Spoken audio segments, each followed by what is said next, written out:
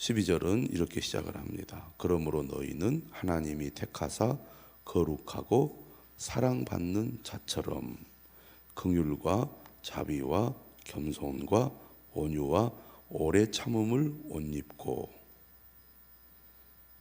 땅의 지체와 정반대되는 삶이죠. 누가 누구에게 불만이 있거든 서로 용납하여 피차 용서하되 주께서 너희를 용서하신 것 같이 너희도 그리하고 이 모든 것 위에 사랑을 더하라. 이는 온전하게 매는 띠니라. 예수 그리스도를 믿고 구원받은 성도가 이 땅에서 살아야 할 삶의 중요한 원리가 오늘 본문은 용서와 사랑이라고 말하고 있습니다.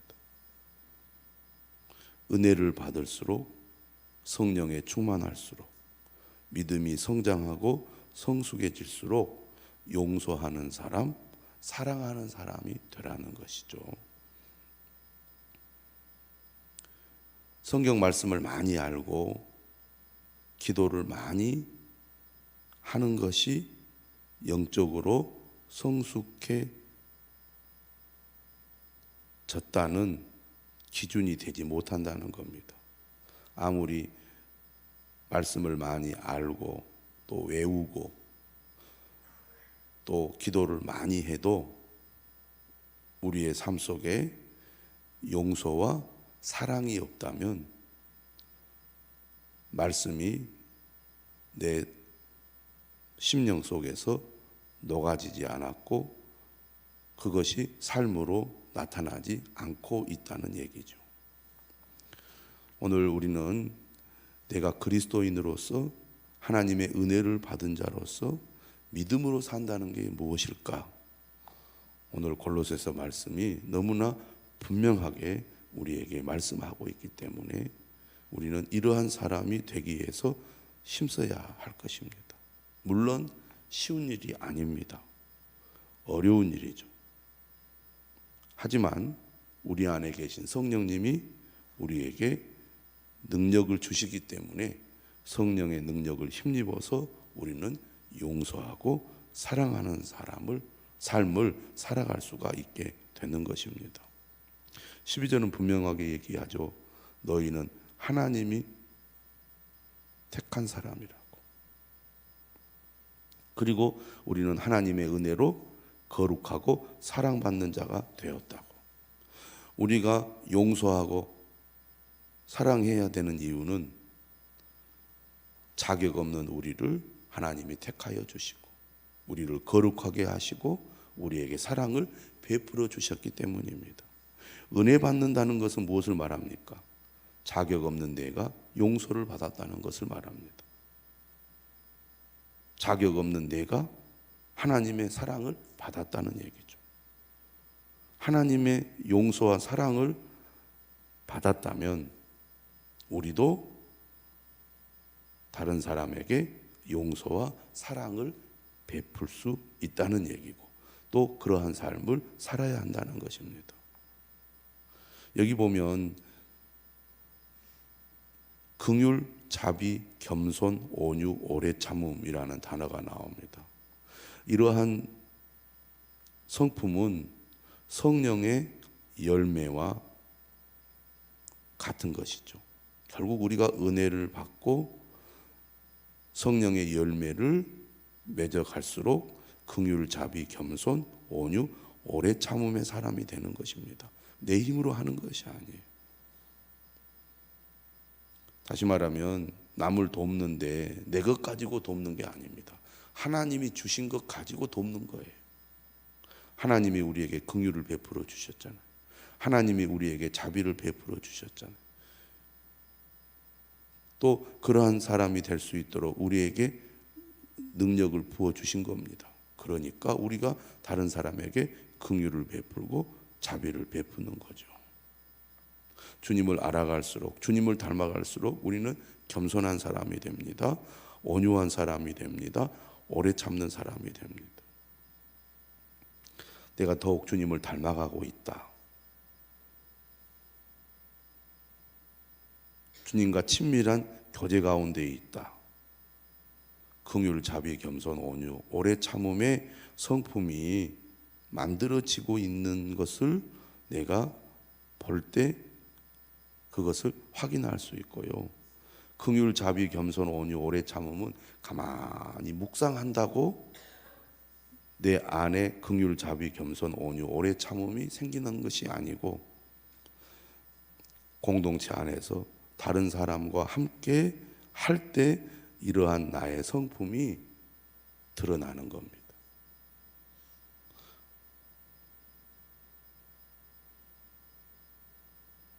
13절은 말합니다. 누가 누구에게 불만이 있거든 서로 용납하여 피차 용서하되라고 말합니다.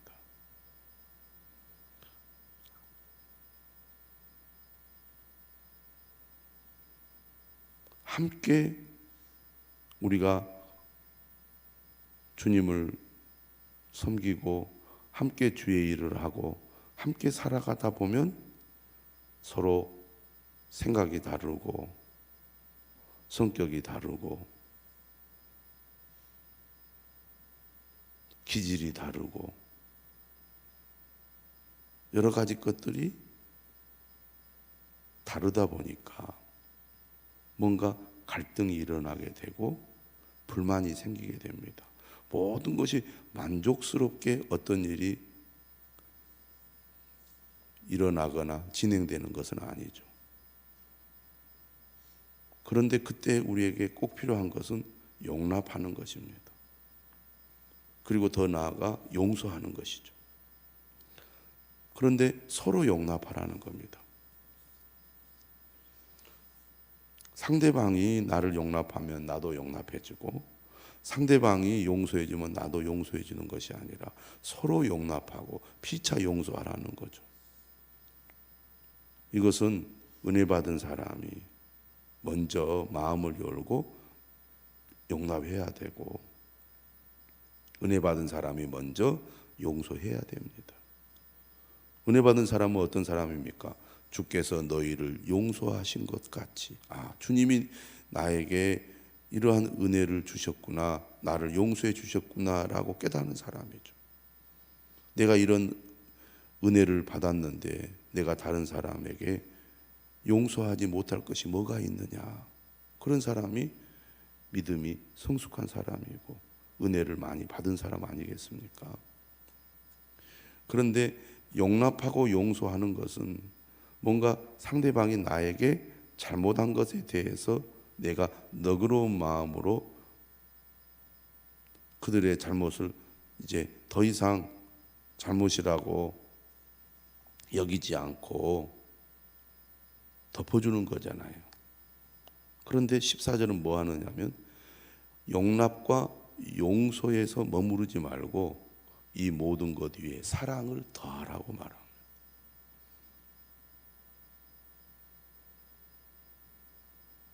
이것이 온전하게 매는 띠라고 말합니다. 다시 말하면 공동체를 하나 되게 하는 거라는 거죠. 여러분, 함께 우리가 살아가는데 모두가 다 자기중심적이고 이기적이면 다 뿔뿔이 각자가 될 겁니다. 용납하고 용서하면 갈등이 확대되지 않고 갈등이 해소가 되겠죠. 그러나 진짜 하나 되게 하는 것은 사랑입니다. 사랑을 더할 때 따뜻한 관계가 되고 사람들 마음에 다시 힘이 나는 거죠.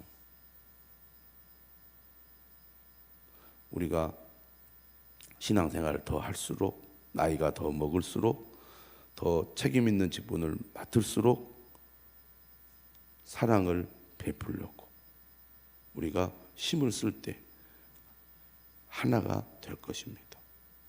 이 사랑이 온전하게 매는 띠가 된다는 겁니다.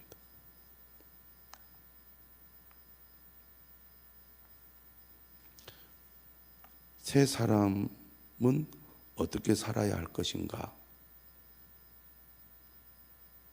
오늘 본문은 무엇보다도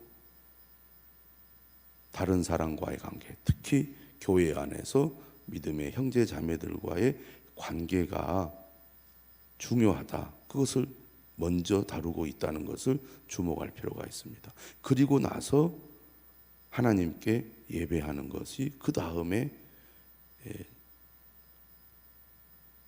권면의 내용이 되죠. 15절입니다. 그리스도의 평강이 너희 마음을 주장하게 하라. 너희는 평강을 위하여 한 몸으로 부르심을 받았나니.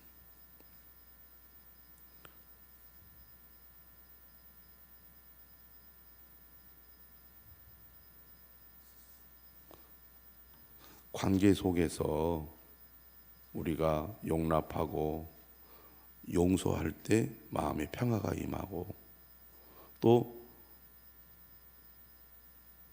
사랑으로 하나 될 때 그리스도의 평강이 우리의 마음을 주장하는 삶이 가능하게 됩니다. 관계에서 오는 갈등, 이것은 우리 마음의 평강을 뺏어가 버리잖아요.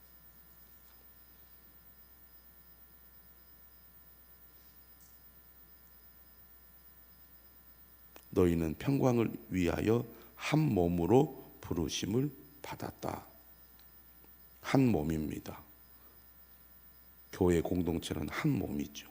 그리스도의 몸입니다. 그리스도가 머리가 되고 우리는 몸의 지체를 이루고 있습니다. 그래서 이 그리스도의 몸은 평강이 있어야 됩니다. 이 평강은 바로 용서와 용납과 용서, 사랑이 있을 때 그 공동체가 평안이 있는 공동체가 됩니다. 그러면서 뭐라고 말하느냐 하면 너희는 또한 감사하는 자가 되라. 은혜가 있고 평강이 있으면 감사가 나오게 되어 있겠죠. 앞에서도 감사에 대한 말씀을 하지 않습니까? 감사가 넘치게 하라고 2장에서 2장 7절에서 말씀을 하고 있죠. 믿음에 굳게 서서 감사함을 넘치게 하라. 오늘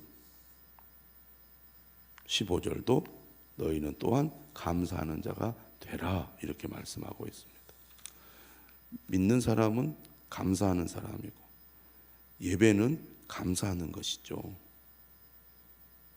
하나님을 찬양하고 하나님께 경배하는 사람은 감사하는 사람입니다. 16절은 예배를 말하고 있죠. 그리스도의 말씀이 너희 속에 풍성히 거하여 모든 지혜로 피차 가르치며 권면하고, 이것은 말씀의 교제를 가리킵니다. 시와 찬송과 신령한 노래를 부르며 감사하는 마음으로 하나님을 찬양하고, 예배죠. 교회 안에서 믿음의 교제가 이루어지고 하나님을 찬양하고 하나님을 예배하며, 17절 또 무엇을 하든지 말에나 일에나 다 주 예수의 이름으로 하고,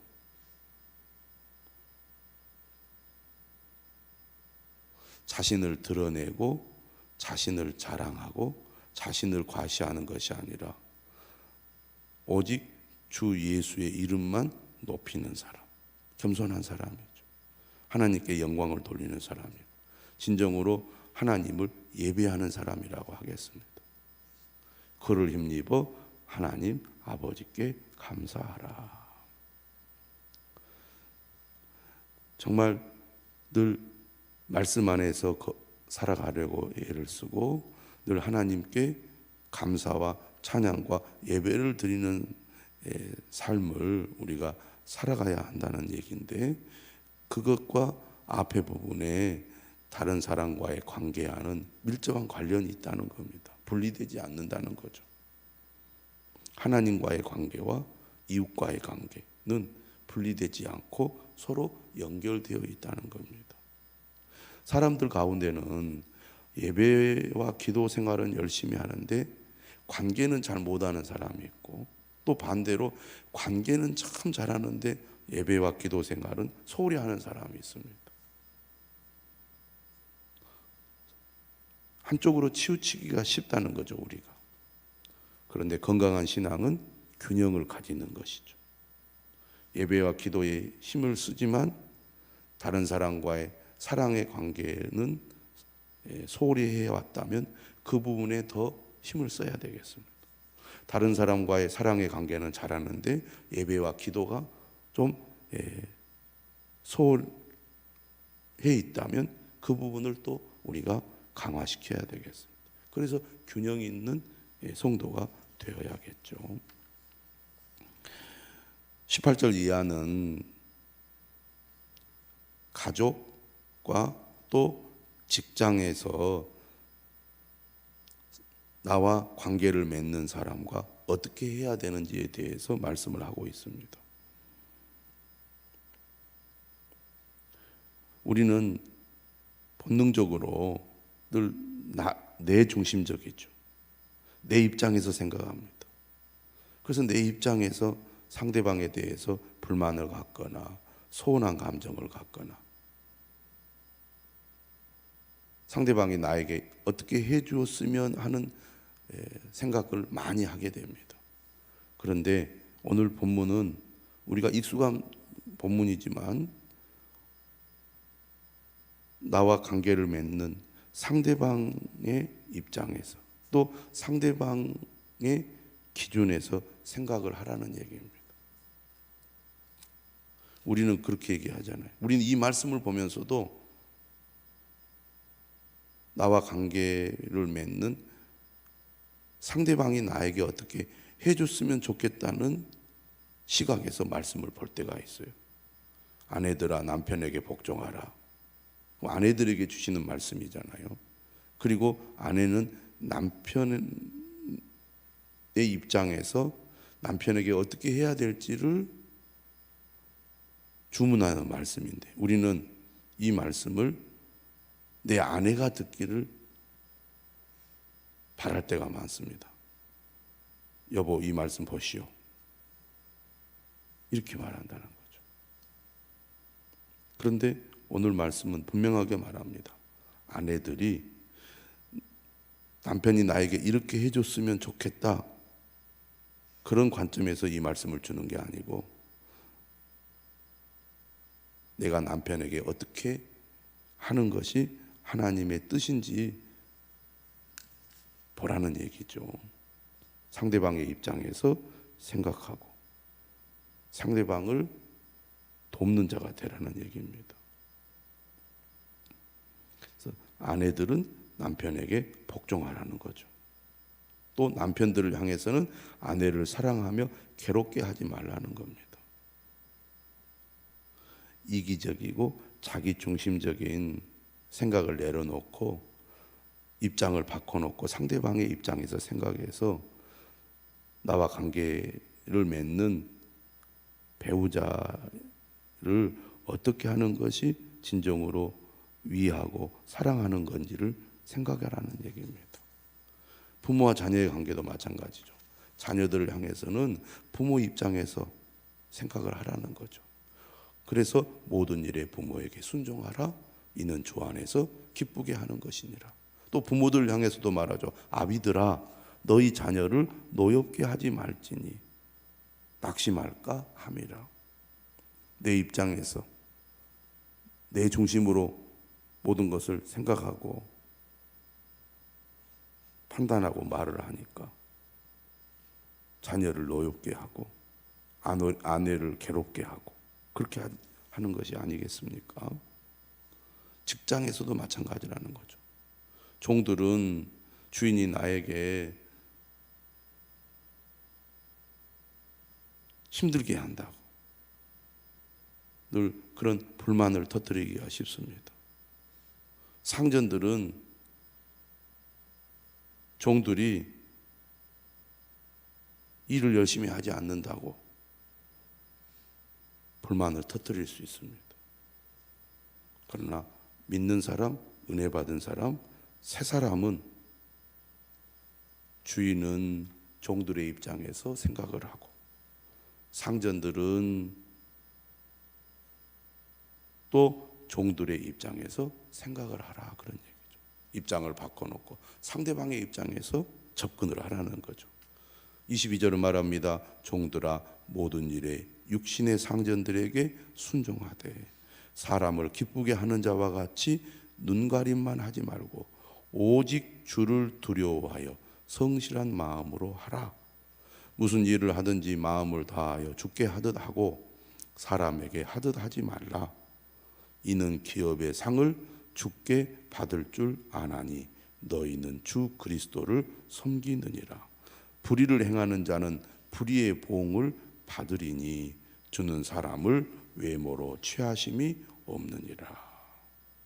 오늘 우리가 직장 생활을 할 때 직장인으로서 어떤 자세와 어떤 태도를 가지고 직장 생활을 해야 될 것인지를 오늘 말씀을 통해서 우리가 잘 적용을 해야 되겠습니다.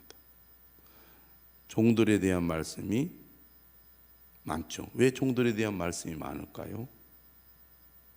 당시 노예제 사회다 보니까 아무래도 종들의 숫자가 많았을 것입니다. 더 나아가 골로새 교회 안에 교인들이 상전들보다는 종들이 훨씬 많았다는 얘기죠.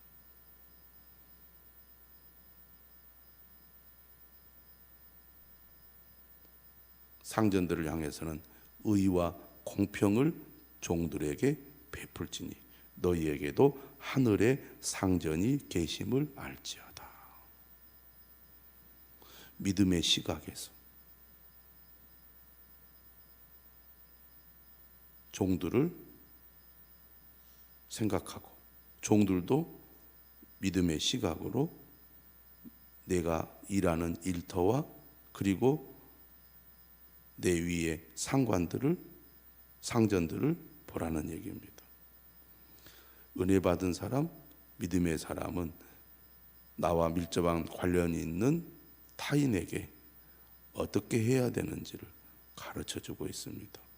관계가 중요하다는 것을 오늘 본문은 우리에게 잘 보여주고 있는데, 신앙생활은 하나님과 나와의 관계도 중요하지만 내 곁에 있는 다른 사람과의 관계도 중요하다. 이것을 우리가 꼭 기억하면서 주님의 마음으로, 주님의 말씀을 따라 주님을 섬기고 다른 사람을 섬기는 저와 여러분들이 되시기를 주님의 이름으로 축원합니다. 기도하겠습니다.